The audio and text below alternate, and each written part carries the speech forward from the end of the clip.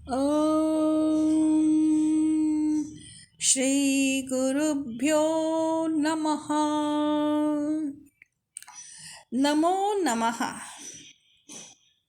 आज हम अष्टांग हृदय के सूत्र स्थान के आयुष्काम्य नामक प्रथम अध्याय में रोग और आरोग्य के कारण, लक्षण और रोग के अधिष्ठान के विषय में ज्ञान प्राप्त करेंगे।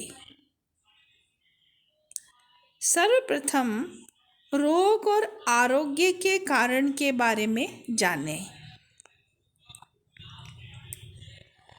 कालार्थ कर्मणाम योगो हीन मिथ्यातिमात्रकः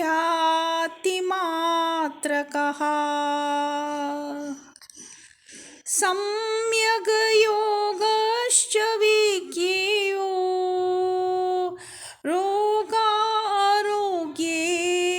कारणम्।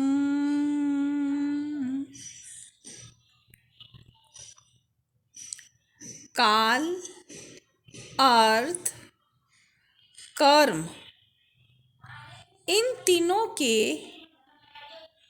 हीन, मिथ्या, अतिमात्रक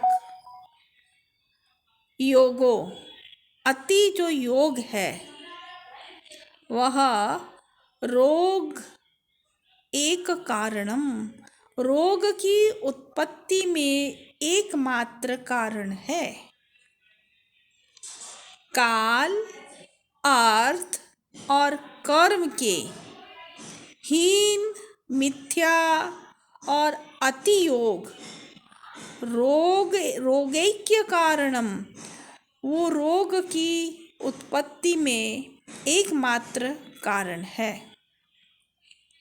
और काल, अर्थ, कर्मणाम सम्यक योगश्च, इनका सम्यक योग आरोग्येक कारणम, आरोग्य का एकमात्र कारण है। कहने का तात्पर्य है कि हमारा जो रोग है वह हीन योग, मिथ्या योग, अति योग, वह भी काल, अर्थ और कर्म का तब हो जाता है। और आरोग्य भी काल, अर्थ और काम, इनका अगर सम्यक योग हो तो आरोग्य रहता है। इस प्रकार काल, अर्थ और कर्म, इनका हीन योग, मिथ्या योग, अति योग रोग का कारण है। और काल, अर्थ और कर्म, इनका सम्यक योग आरोग्य का कारण है। आइए इस श्लोक की व्याख्या देखें। आयुर्वेद की दृष्टि से यह 3 प्रकार का होता है। इसी को मौसम कहते हैं। जो काल है वह आयुर्वेद में 3 प्रकार का बताया गया है। इसी को हम मौसम भी कहते हैं। इसका विभाजन इस प्रकार किया गया है: शीतकाल, उष्णकाल तथा वर्षाकाल। इन कालों के समूह को वर्ष, वत्सर या संवत्सर कहते हैं। यहाँ इन्हीं 3 कालों से संबंध है। इन कालों में क्रमशः शीत, उष्ण, वर्षा का अधिक होना अति योग है, थोड़ा होना हीन योग है और अपनी सीमा के विपरीत होना मिथ्या योग है। अर्थ के विषय में देखें। श्रोत्र आदि ज्ञानेंद्रियों द्वारा जिन जिन विषयों का ग्रहण किया जाता है उन्हीं को इस प्रकरण में अर्थ कहा गया है। इन अर्थों का अपनी अपनी इंद्रियों के साथ अधिक संयोग होना उनका अतियोग है। थोड़ा संयोग होना अतियोग है और अनिष्टकारी या अनिष्टकारक संयोग होने को मिथ्या योग कहते हैं। कर्म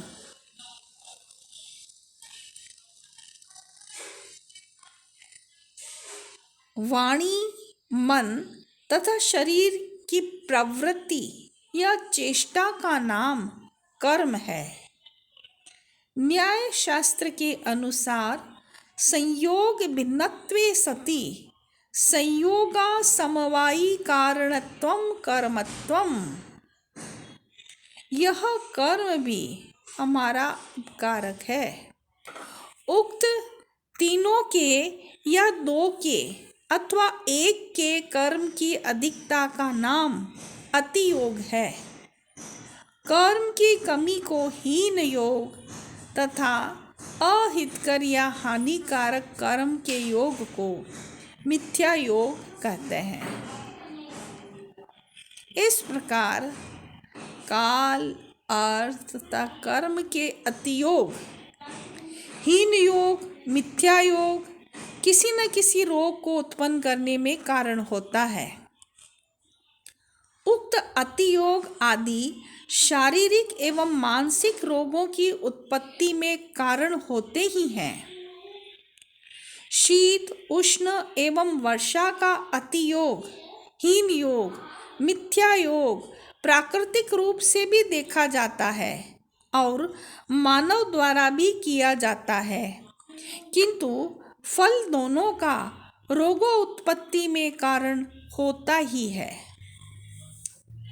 सम्यक योग काल, अर्थ एवं कर्म का अतियोग, हीन योग तथा मिथ्या योग के अतिरिक्त जो समुचित योग होता है उसे सम्यक योग कहते हैं। यह आरोग्य का कारण होता है। इसका विशेष विवरण अष्टांग हृदय सूत्र स्थान के रोगानुपादनीय नामक चौथे अध्याय में देखें। यही विषय अष्टांग संग्रह के 5वें अध्याय में देखें।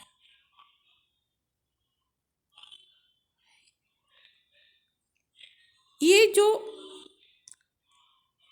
हीन योग, मिथ्या योग, अति योग जो मनुष्य करता है उसका कारण है प्रज्ञा अपराध।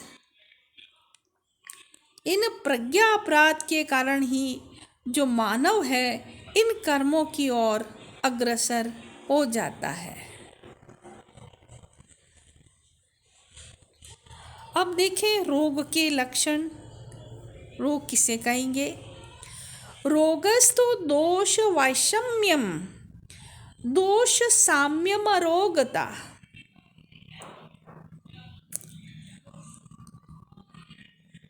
दोष वैषम्यम रोगः, दोषों की विषमता का नाम रोग है।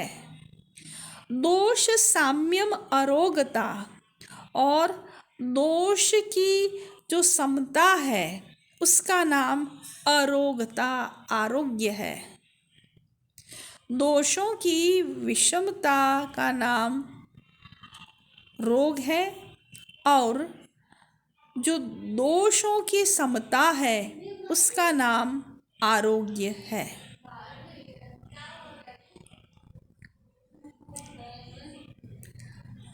वात, पित्त, कफ इन 3 दोषों की विषमता का नाम तो रोग हो गया और उक्त दोषों का साम्य अवस्था में रहना या जब ये दोष साम्य स्थिति में रहते हैं, समान स्थिति में रहते हैं, तब आरोग्य की प्राप्ति होती है और मनुष्य सुखी रहता है।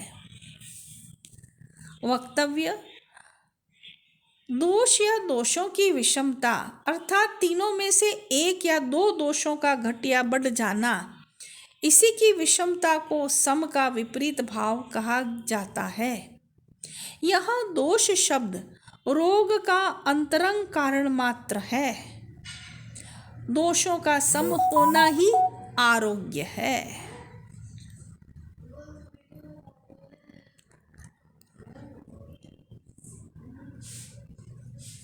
अब रोग की प्रकृति देखें। निजागन्तु विभागेन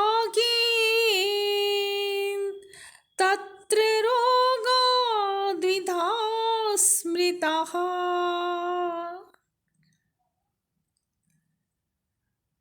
रोग और आरोग्य में ये जो रोग हैं, द्विधाः स्मृताः, दो प्रकार के कहे गए हैं या दो प्रकार के होते हैं।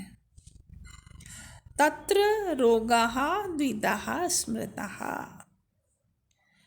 तत्र जो रोग और आरोग्य है, उसमें जो रोग है वह दो प्रकार के हैं।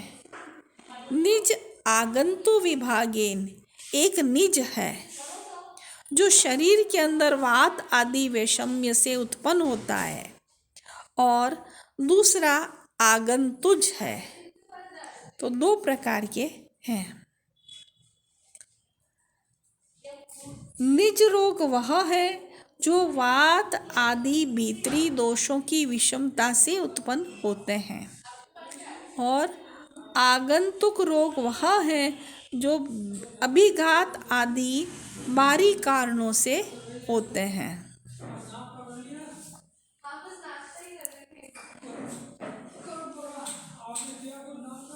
महर्षि चरक ने भी रोग के दो भेद कहे हैं। तत्र निजः शारीर दोष समुत्थः आगंतुर्भूत विषवायव्य अग्नि संप्रहार आदि समुत्थः, अर्थात शारीरिक वात आदि दोषों से उत्पन्न रोग निज कहा जाता है, और आगंतुज रोग अभिघात, भूतावेश, सर्प आदि के दंश, शीत, उष्ण, आग, तेजाब आदि आग्नेय पदार्थों के लग जाने से, या गदा, लाठी, हॉकी, तलवार आदि के लग जाने से होता है।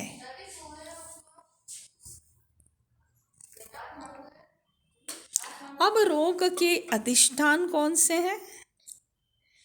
तेषां काय मनोभेदात् अधिष्ठानमपि द्विधा। ये जो रोग के अधिष्ठान है, द्विधा, दो प्रकार के हैं। काय मनोभेदाद, काय शरीर और मन के भेद से। तेषाम अधिष्ठानम अपि द्विधा, रोगों के अनुष्ठान दो प्रकार के होते हैं। काय मनोभेदाद, काय और मन के भेद से। वक्तव्य देखें। प्रथम भेद से होने वाले रोगों का अधिष्ठान काय है। वे रोग ज्वर, रक्तपित्त, कास, श्वास आदि हैं। दूसरे भेद से कहे जाने वाले रोगों का अधिष्ठान है मन। इनसे संबंधित रोग हैं मद, मूर्छा, संन्यास, ग्रहा, रिष्ट, भूतोन्माद, अपस्मार, राग, द्वेष आदि। अधिष्ठान किसे कहते हैं? अधितिष्ठन्ति रोगाः अस्मिन् इति अधिष्ठानम, अर्थात जिसमें रोग टिकते हैं। इस दृष्टि से भी कायिक एवं मानसिक दो प्रकार के रोग होते हैं। अब यहाँ शंका यह होती है कि शारीरिक रोगों की उत्पत्ति में प्रकोपित वात आदि दोष कारण कहे गए हैं। मानस रोगों की उत्पत्ति में किसे कारण माना जाएगा? उसी के समाधान के लिए कहा जा रहा है।